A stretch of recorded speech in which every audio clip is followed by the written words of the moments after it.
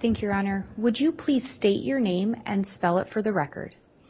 Alice Gilbert, AliceGilbert. Too close. You're okay. These microphones can be a little touchy, so we'll just get used to it as we go through things. Do you know Chad Daybell? Yes. Did you know Tammy or Tamara Daybell? Yes. How did you know them?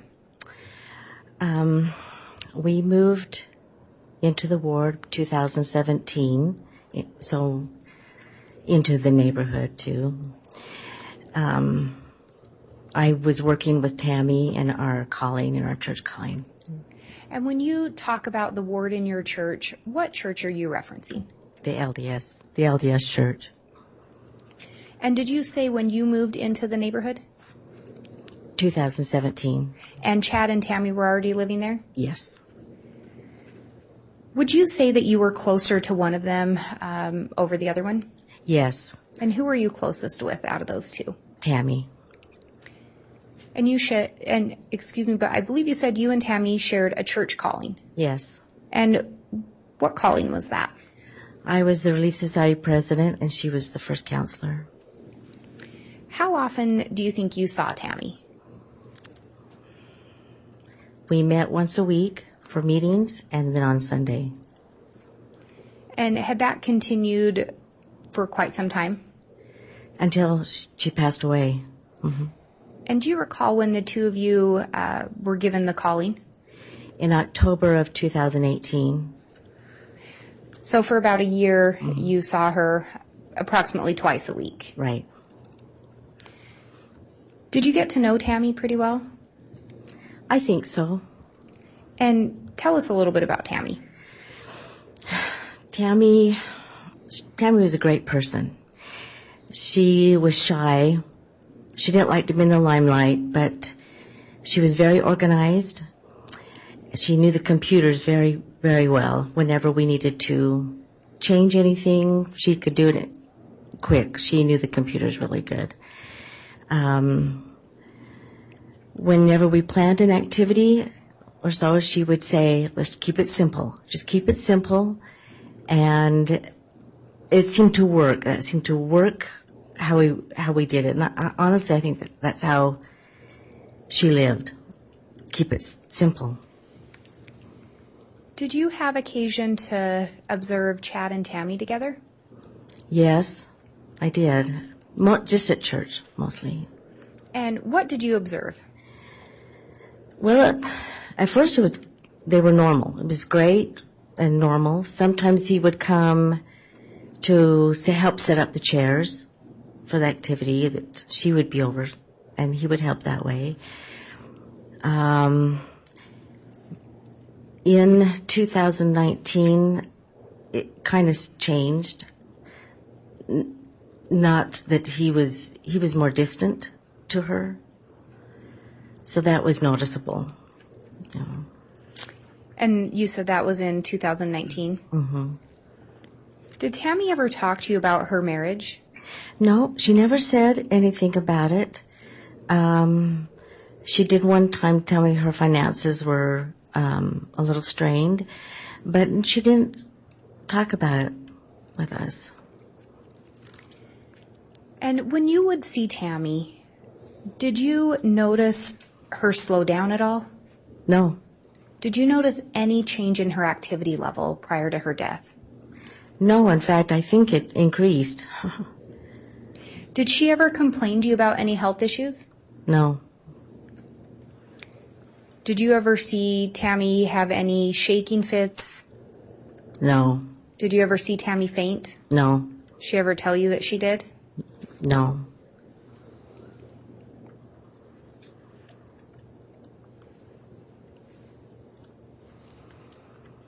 At some point, did you learn, let me back up. How did you learn about Tammy's death? The morning of the 19th, 7 o'clock, Emma called me on the phone, and she was just sobbing. And she told me that her mother had died, and I said, what? And I said, what happened? And she said she died in her sleep. And I I'm said, going to object to hearsay. This is all hearsay. I'll sustain that at this point. At some point, did someone take the phone from Emma? Chad did. And what did Chad tell you? He told me not to tell anybody and to wait for about an hour. And I said, well, I need to call the bishop. And he said, no, don't call. But I still did. And to be clear, was that on October 19th of 2019? Yes. At some point that day, did you end up going to the Daybell residence? Yes, we went over about 8:30 in the morning. Did you make observations of Chad when you arrived? Yes, he met us at the door, and he gave me a hug, and all the children were there, and their spouses, except for Mark. And the children were stunned. They were all on the couch and chairs, and they could hardly speak. They were stunned at this. But Chad was not stunned. He had to tell us. I said, what happened? And he said, well, we think she died of an embolism. And he said that her legs were hanging over the bed and that she fell out of the bed and that she got up at midnight and vomited. And the kids didn't say anything. And I think they were too stunned to talk.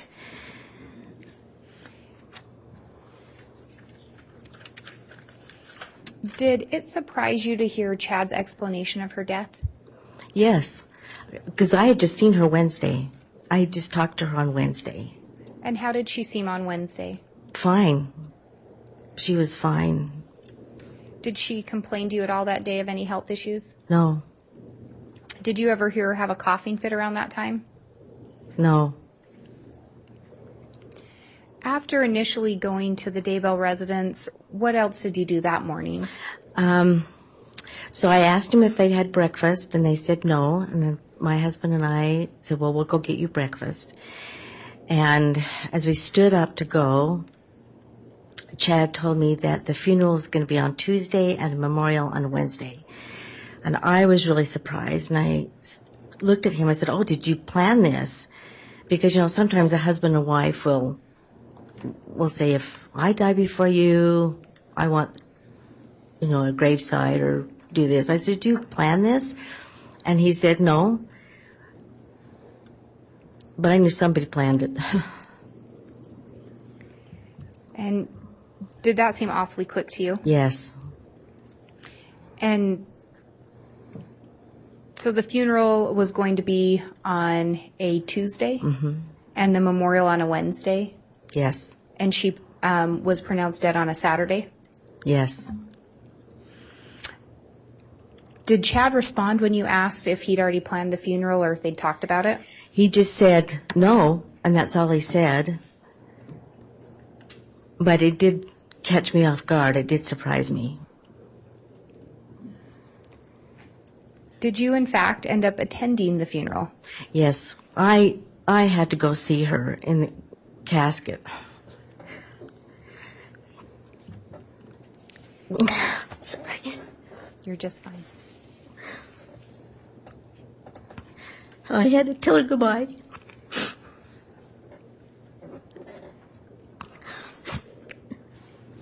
And she looked good. And where was the funeral? In Springville, Utah. Did you ever ask Chad why the funeral was being held in Springville instead of where they resided? I didn't. I just assumed because they used to live there. I didn't. I was surprised because I would think that the kids would like to go visit her grave, and they, if she was very close, or they could go visit. But then they used to live in Springville, so I didn't ask him. When you were at the funeral, do you recall making any observations of Chad? He was standing by the casket. I told him that Tammy looked good. And he just said, yeah, she does. You know, it wasn't really mournful to me, but I didn't know how he was reacting to things, you know. So we went to the funeral. Was a really nice funeral. It was. And I was really amazed. The kids all spoke, and they did a good job. And I was surprised that they could pull it together so fast from the death, and then it would take a day to drive there and to talk. So I was amazed. They gave some really nice talks, tributes to her. And do you recall if Chad also spoke at the funeral? He did. He spoke last. And did you make any observations regarding his talk? He gave a good talk too. Maybe more like a church talk than a spouse would speak about their mother spouse. And after getting back from the funeral, did you end up attending the memorial service? No, we didn't go because we had just been to the funeral, and so our Relief Society presidency and the bishop fixed a meal, and we took it over to Chad's after the memorial. And when you took it to Chad's house, was he there? Yes, they'd just gotten back, and the kids were back, and so we put the food down, and the kids started to eat. And Chad said then that he was moving out. He couldn't be there. And we said, well, where are you moving? And he said he's moving to Rexburg. He had a friend there that had a condo, and that his friend was hardly there, so he would let him stay there. And the memorial was on Wednesday? Yes. And so by Wednesday, Chad was telling you he was going to move out of his residence? Yes. Were you left with an impression of if the friend was male or female? He called him a he. Chad called him a he. So you believed it to be a male friend that he would be moving with? Did anything else strike you that morning as far as anything Chad told his kids? Yes, he told them to go through Tammy's things that afternoon, which I was surprised at.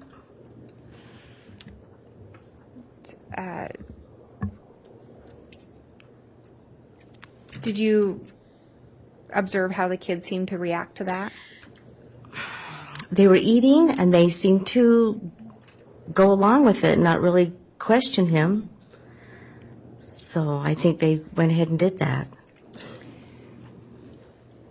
In the time after Tammy's death, did you have an opportunity to observe the Daybell children?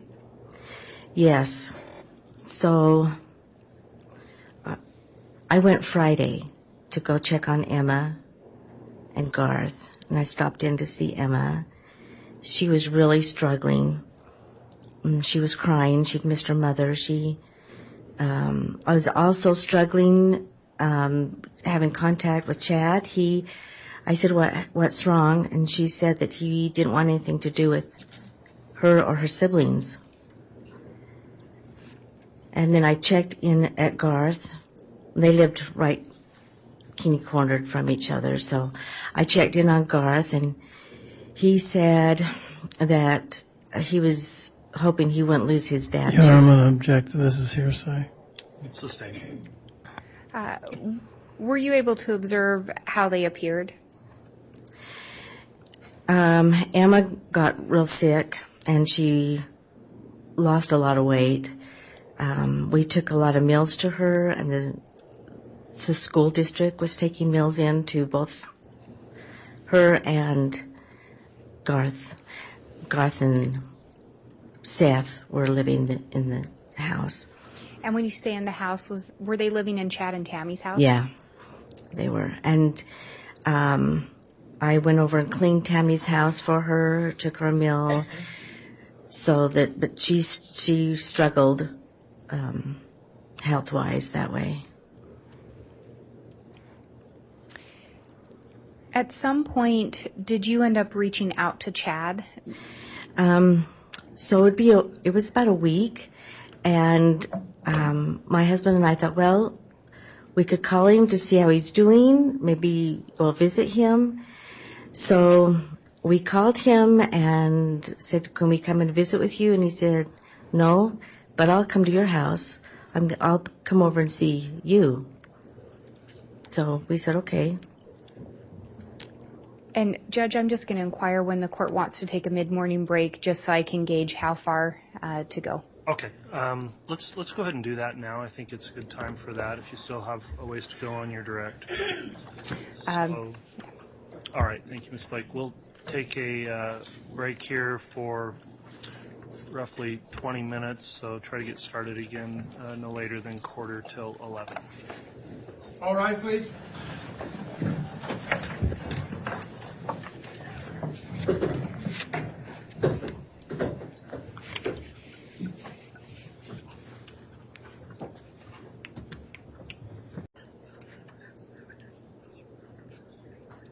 Thank you. Please be seated.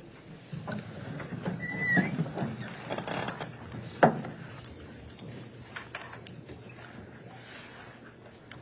right, Mr. Bailiff, if we could have the jurors brought back, please.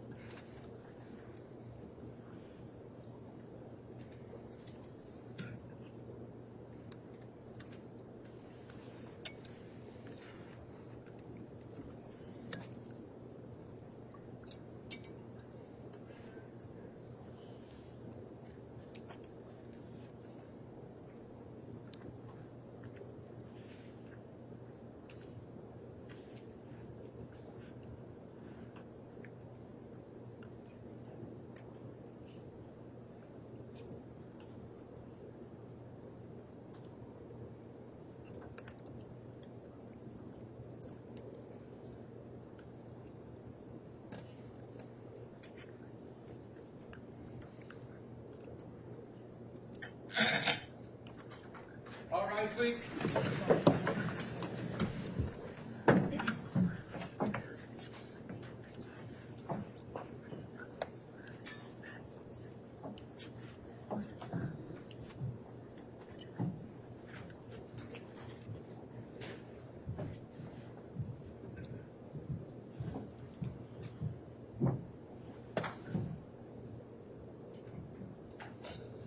Jury's not present. Count where you are. All right. Thank you. Please be seated.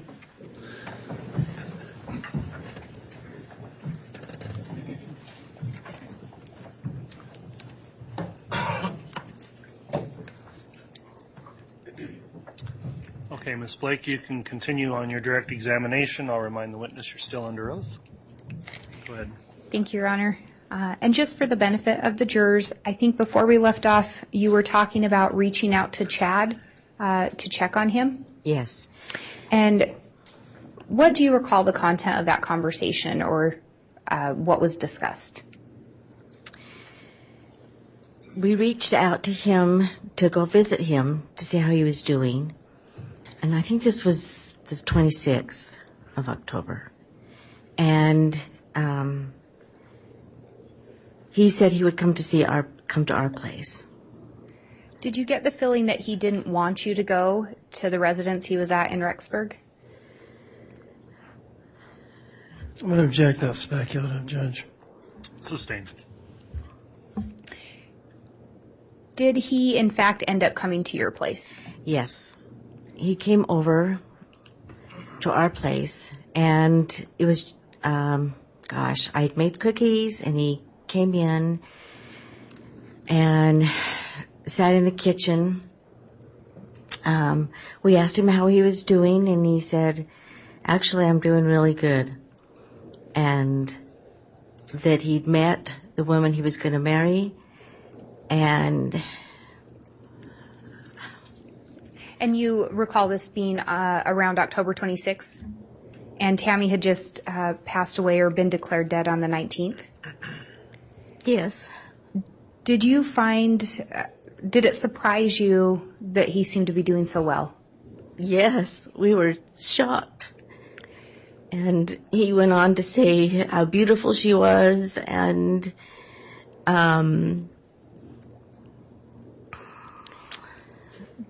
we asked him where he'd met her, and he said at a conference in St. George in October.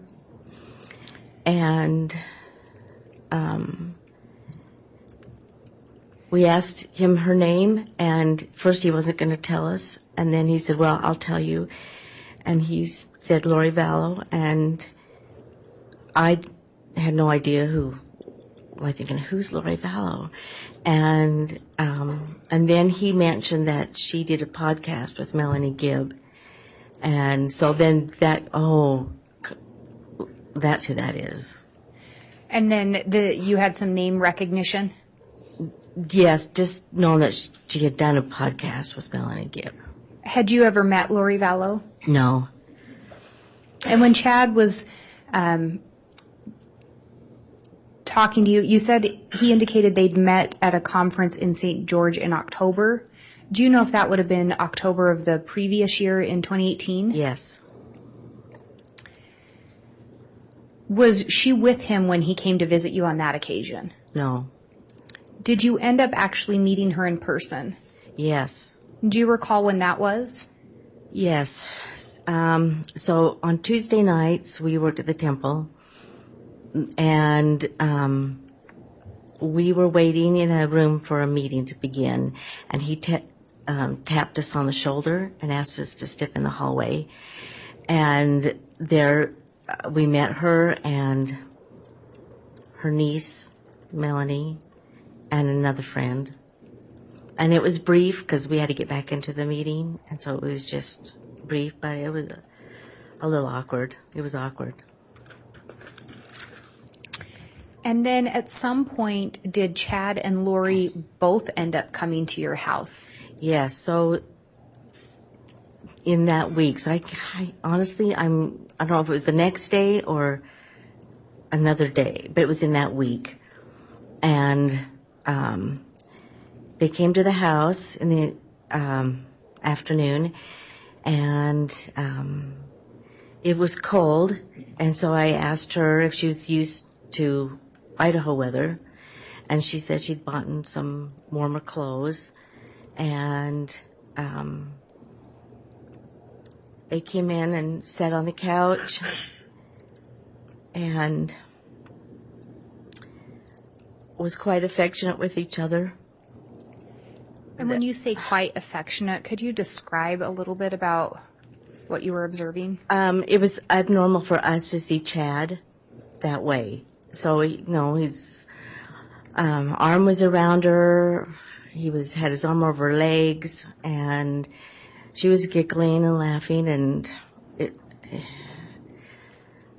for Todd and I, for my husband and I, we were embarrassed just because we hadn't seen Chad in a thing that way. Especially, they look like teenagers, and so.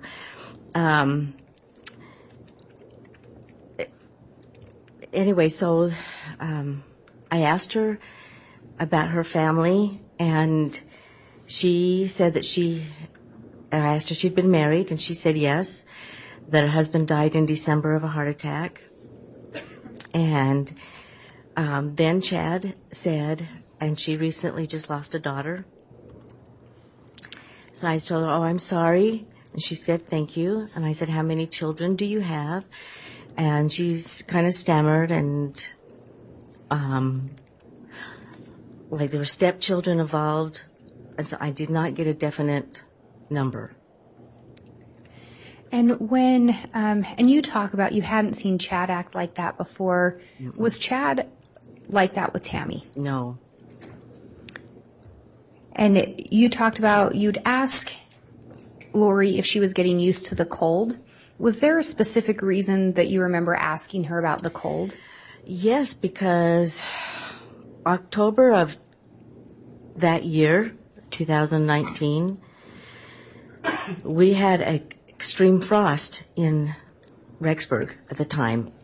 And it was early frost, and it was a hard frost, and the farmers were getting their potatoes out early. And in fact, they were helping each other getting, and it was an unusual hard frost, and so it was cold that October. And so I asked her if she was getting used to the cold then. And when you talk about it was potentially the next night or sometime that week, are you referencing the week of October 26th of 2019? Yes. Did that seem pretty quick to you to see Chad there with another woman? Absolutely. Yes. And when Chad told you that Lori had a daughter that had died recently, or that she'd recently lost a daughter, Lori didn't say anything different? No. She didn't contradict that information? Mm-mm. Did they ever talk to you about their plans for a future together? Yes. First Chad told us he was going to go to Hawaii to write a book. And then they mentioned that they eventually were going to get married, but they didn't know when that would be. They mentioned they were going to take the kids to Disneyland around Thanksgiving. And when they talked about taking kids to Disneyland, do you know which kids they were referencing? It would be Chad's children. Did they ever mention taking any children of Lori's with them? No, I had the impression that she had no other children, that she was like an empty nester. And I thought that the daughter that had died was like an older daughter, maybe of cancer or illness or something. And did Chad or Lori provide you any details as to how Lori's daughter had died? No, and I didn't pursue that question with her.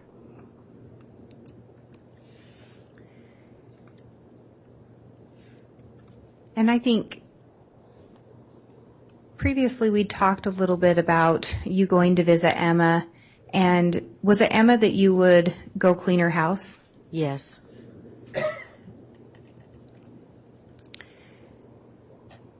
At some point, did you learn about or receive information regarding some missing children?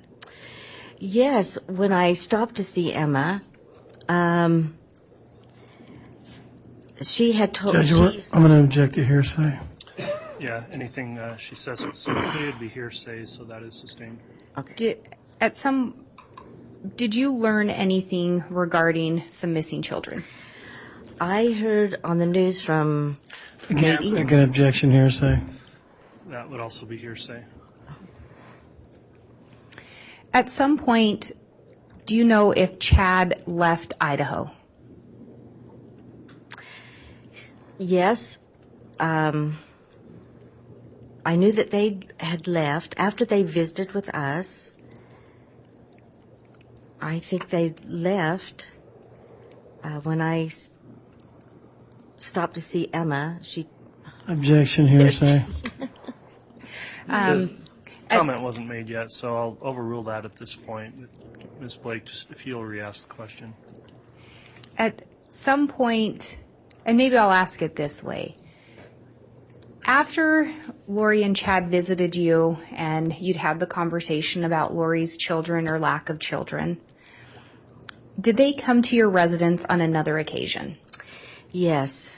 It was after they were married, and they had come back to Idaho. They were going to take the kids to Disneyland. They did stop by and show us wedding pictures. Do you recall approximately when that visit would have been? It was close to 2 weeks. It was close to 2 weeks after they had been there the first time. And at that time they showed you wedding photos? Yes. Were you surprised to see wedding photos? Yes. And why was that? Just because it was so soon. They had got married so soon. And you were friends with Tammy? Mm-hmm.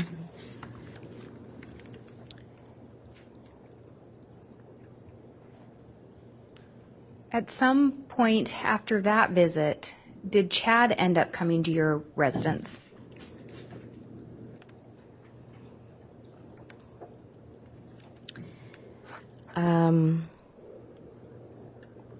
Let's see.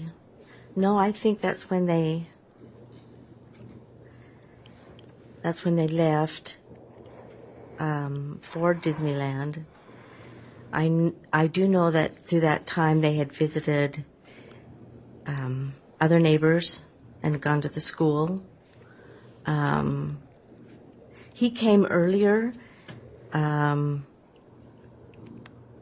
in February and visited with us.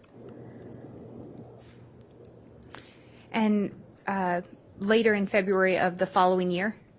No, 2019.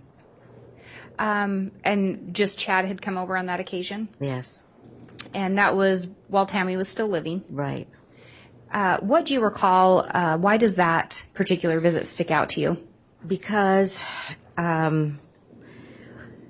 we were fixing a bedroom floor, so I was busy. It was a mess, and so I was fixing the floor, and he came over to visit, and so I was still fixing in the bedroom, and he was going to leave, and I walked to the door with him, and he stopped at the door and paused and said that he'd had a vision of Tammy, that her time on earth was coming to an end, and that it was fulfilled, and he didn't know how or when, but he didn't see her living past the age of 50. And that was in February of 2019? Mm-hmm. And again, when you had met with Chad Chad the first time, he'd indicated he met Lori in October of 2018? Right. At some point, did Chad come to your residence and ask if he could move in? Yes. After Lori was arrested in Hawaii and was brought back to Idaho, and he came shortly after and asked, he said it was too crowded at his place and he couldn't live there, and he wondered if he could live in one of our spare bedrooms. We told him we had a daughter that was coming to live with us. So no. And did he visit you other times as well around that same visit? It was when the bond hearing was set for Lori. He came to our place shortly after and asked if we would put our property up for bond. And I said, well, he mentioned another man's name. He said, he can't help me. I said, what about your family? No, my family can't help me. We told him we would think about it. And he left. The next day, I think that was a Saturday. The next day was Sunday, and he texted us and said that he had a bondswoman to come and talk with us. And we told him, well, we were still thinking about it. And We're going to object as to relevance. We don't believe that this is in furtherance of any conspiracy. What's the relevance, Ms. Blake? Your Honor, I can ask a different question. Go ahead. At some point, did you and Chad have a conversation regarding the comment he had made to you previously about Lori's daughter dying? Yes. So when he asked us to do this bond, I felt like because you're asking this of us, I'm going to ask you some questions. Again, Judge, we're going to object to relevancy. Ms. Blake? And Your Honor, maybe I'd ask for a sidebar. Okay.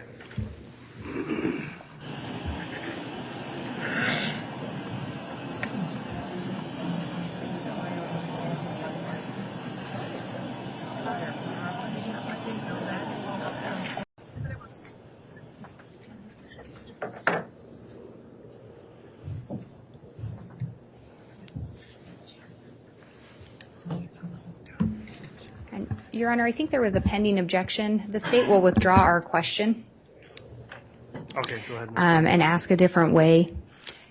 Not getting into the context of why Chad was there or the other conversations, what, if anything, did he say regarding his prior statement that Lori had a daughter that had lost a daughter recently?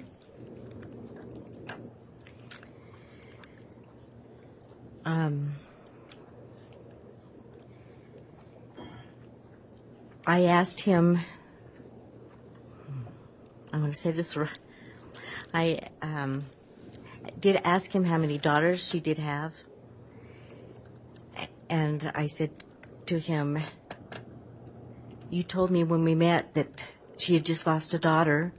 And he said, no, I didn't. I said, yes, you did. And so I knew that it was Tylee that he was talking to me about. I asked him also, where are they? I asked him, where are the kids, Chad? And doesn't Tylee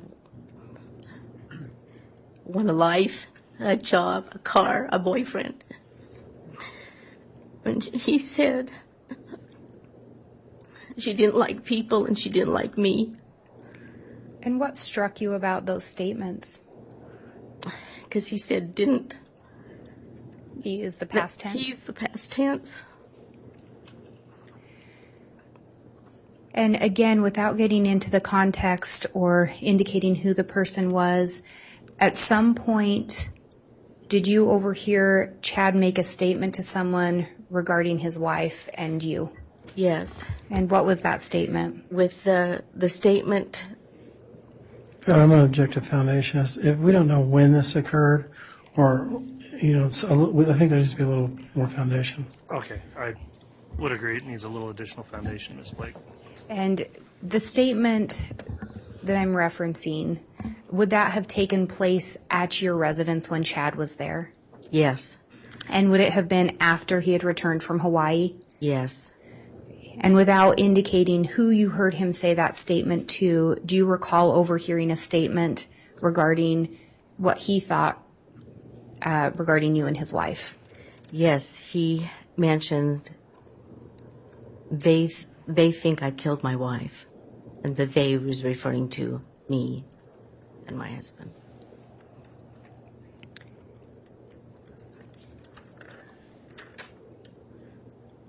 I don't have anything further at this time, Your Honor.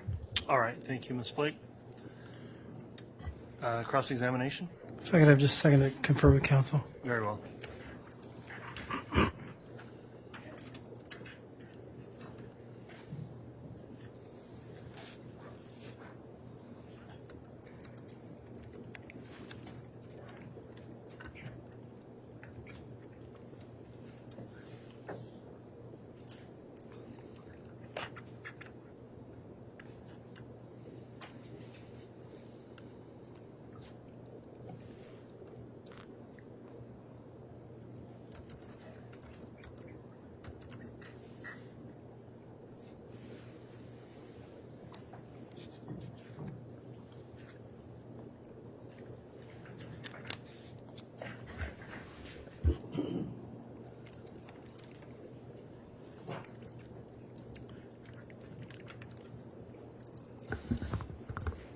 Mrs. Gilbert,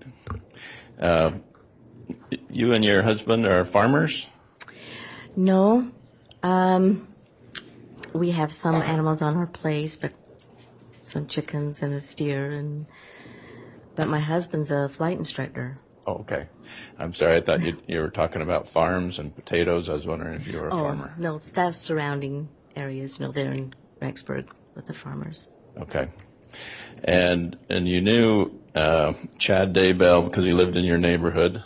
Yes. And he and his wife and children attended the same church as you? Yes. And then how did you get to know Melanie Gibb? We had heard her. I didn't know her. We just heard the podcast with her and Lori on it. So you listened to the podcast or you did the podcast? No, we listened. And what kind of podcasts were those? Well, they were upbeat and positive podcasts, and it was encouragement. It was a lot of life in the podcasts. And was Chad Daybell involved in those podcasts? The one that we heard, he was not. And is it something that you listen to or something that you watch? No, you could just listen to it. And so do you know what Melanie Gibb looked like or just what she sounded like? I didn't know what she looked like. And so were you aware of what Chad did for a living? Yes, I did know. And did you ever read any of his books? Yes, we had read the last series before we had moved there. So you knew his name before he moved in as your neighbor? Yeah. And did you think what did you think of these books? Well, not sure. At the beginning, he says it's a fiction. And at the end, he said it is visions that he had seen with his children in the books. So did he indicate to you personally that these books were fiction or that they were true? Objection, Your Honor. Relevance. And beyond the scope of direct. It's overruled. I didn't talk much about it with him on the books, but I'm assuming that he would think they were true. And did you ever talk to Chad about his visions? I didn't talk to him, more my husband did. So were you there when they talked about it?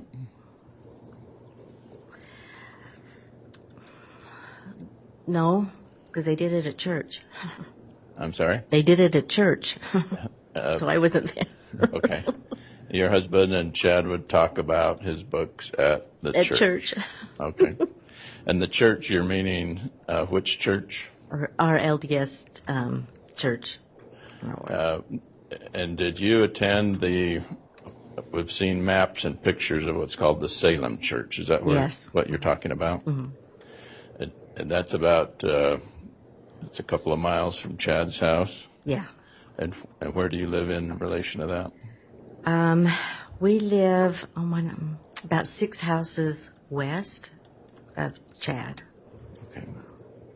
And so, did you talk to Chad about the conferences that he would go to?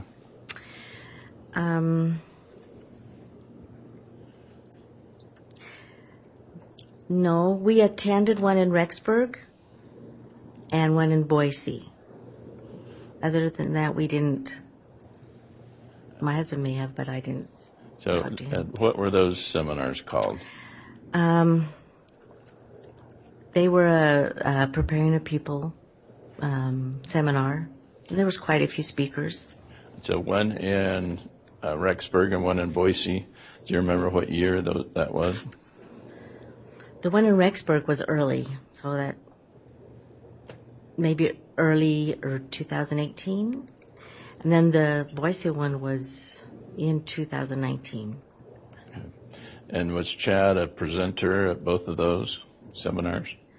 Yes. And he was attempting to sell his books? Yes. And he was giving speeches about his religious beliefs? He talked about his books. Did he talk about his near-death experiences? Yes. And what did you make of his near-death experiences? Well, they were interesting to hear. You don't know if that's real or not. To him it was real. I can't say it was real. I don't know.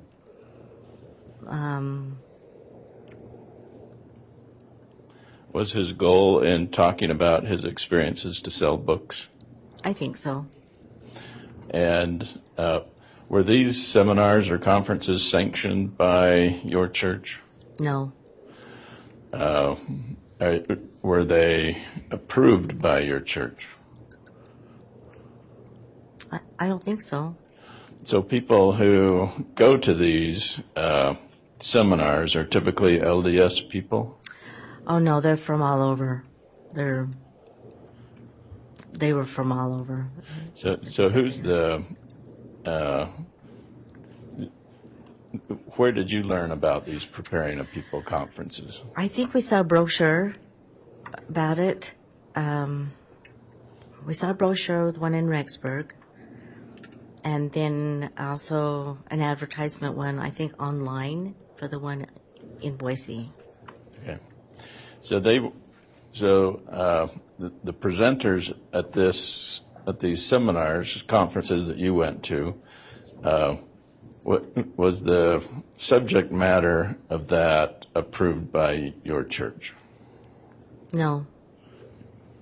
So if you went to one of these seminars, conferences, you were a renegade of your church? No.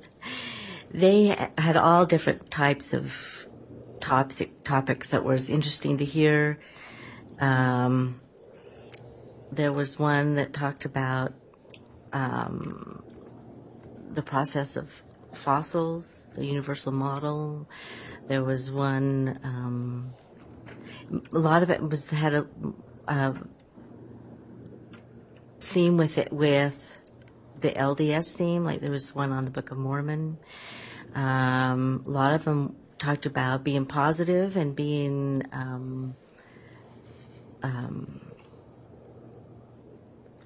like food storage, those types of things. Would some of the topics focus on the end of the world? I think Chad's did. And he seemed to talk a lot about the end of times. Yes. And what did you make of that?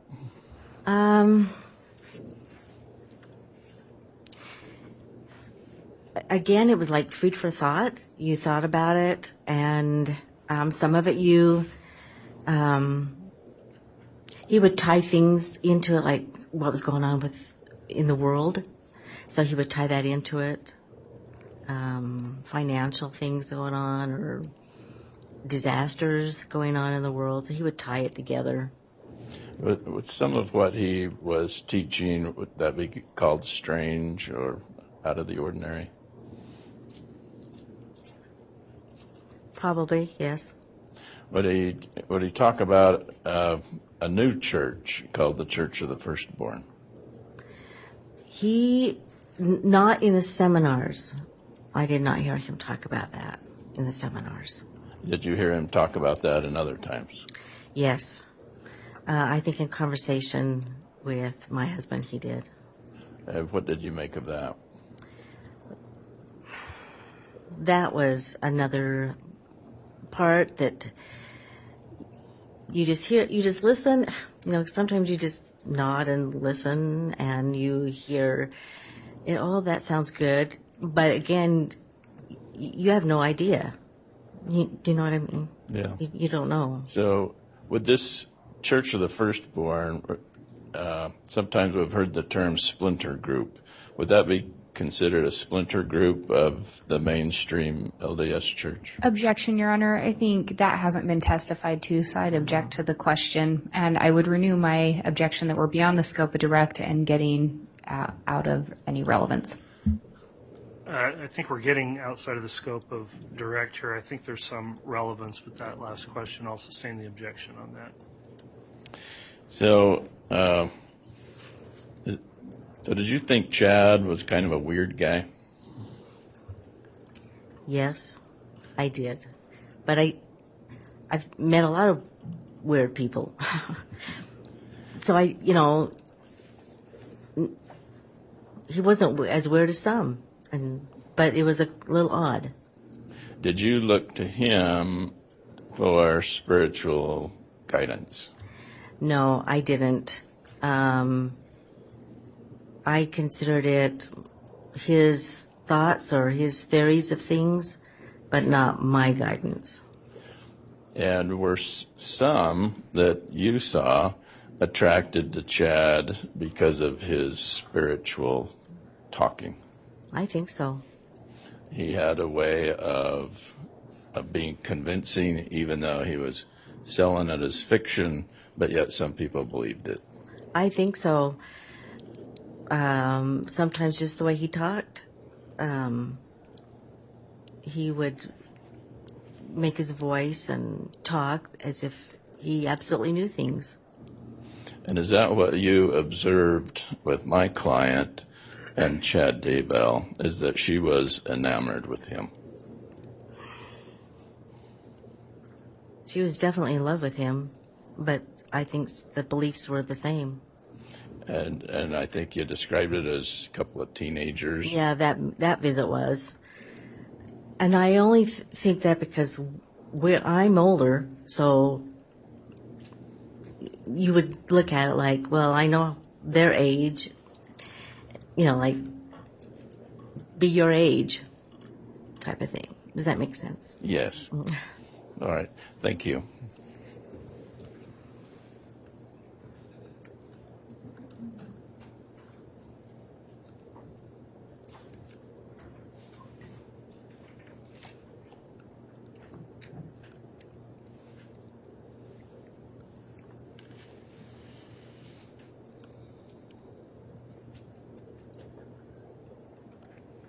All right, Ms. Blake, redirect. Thank you, Your Honor. Just briefly. Did Chad appear enamored with Lori? Absolutely. And Chad was more affectionate with Lori than you'd seen him be with Tammy? Yes.